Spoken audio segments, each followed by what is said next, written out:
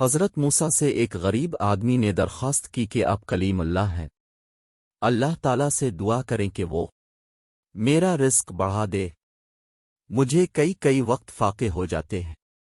حضرت موسیٰ نے بارگاہ خداوندی میں اس کی درخواست پیش کی تو بتایا گیا کہ اس آدمی کی قسمت میں قلیل روزی ہے، اس لیے ہمارے ہاں سے تھوڑا تھوڑا کر کے اسے روز دیا جاتا ہے تاکہ آخر تک ملتا رہے۔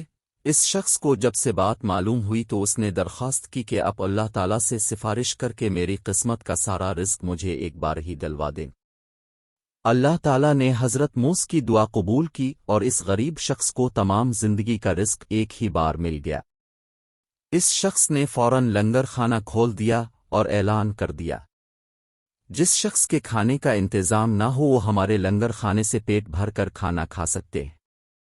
حضرت موسیٰ کو اس کی حرکت پر تعجب ہوا، انہوں نے اسے سمجھانے کی کوشش کی لیکن وہ نہ مانا، تو آپ مایوس ہے کر چلے گئے۔ ایک ہفتہ بعد نون کا ادھر سے گزر ہوا تو دیکھا کہ لنگر خانے میں لنگر ابھی تک جاری ہے۔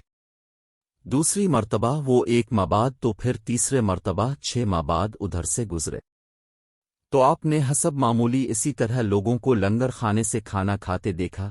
ان کا خیال تھا کہ اس غریب آدمی کی دریا دلی کی بدولت سارا رزق چند روزے میں ختم ہو جائے گا، مگر لنگر خانہ مسلسل ابھی تک جاری تھا۔ اپنے اللہ تعالیٰ سے عرض کی، آ اللہ یہ کیا قصہ ہے، اس کا تھوڑا سا رزق ابھی تک چل رہا ہے۔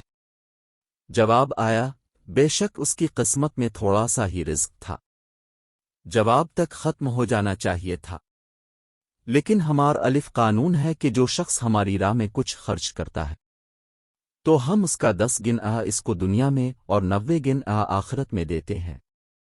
یہ شخص بھی اس قانون کے دائرہ سے باہر نہیں، جتنا یہ ہماری راہ میں خرچ کرتا ہے اس کا 10 گن ہم اسے دنیا میں ہی دے دیتے ہیں۔ اس میں تعجب کی کیا بات ہے؟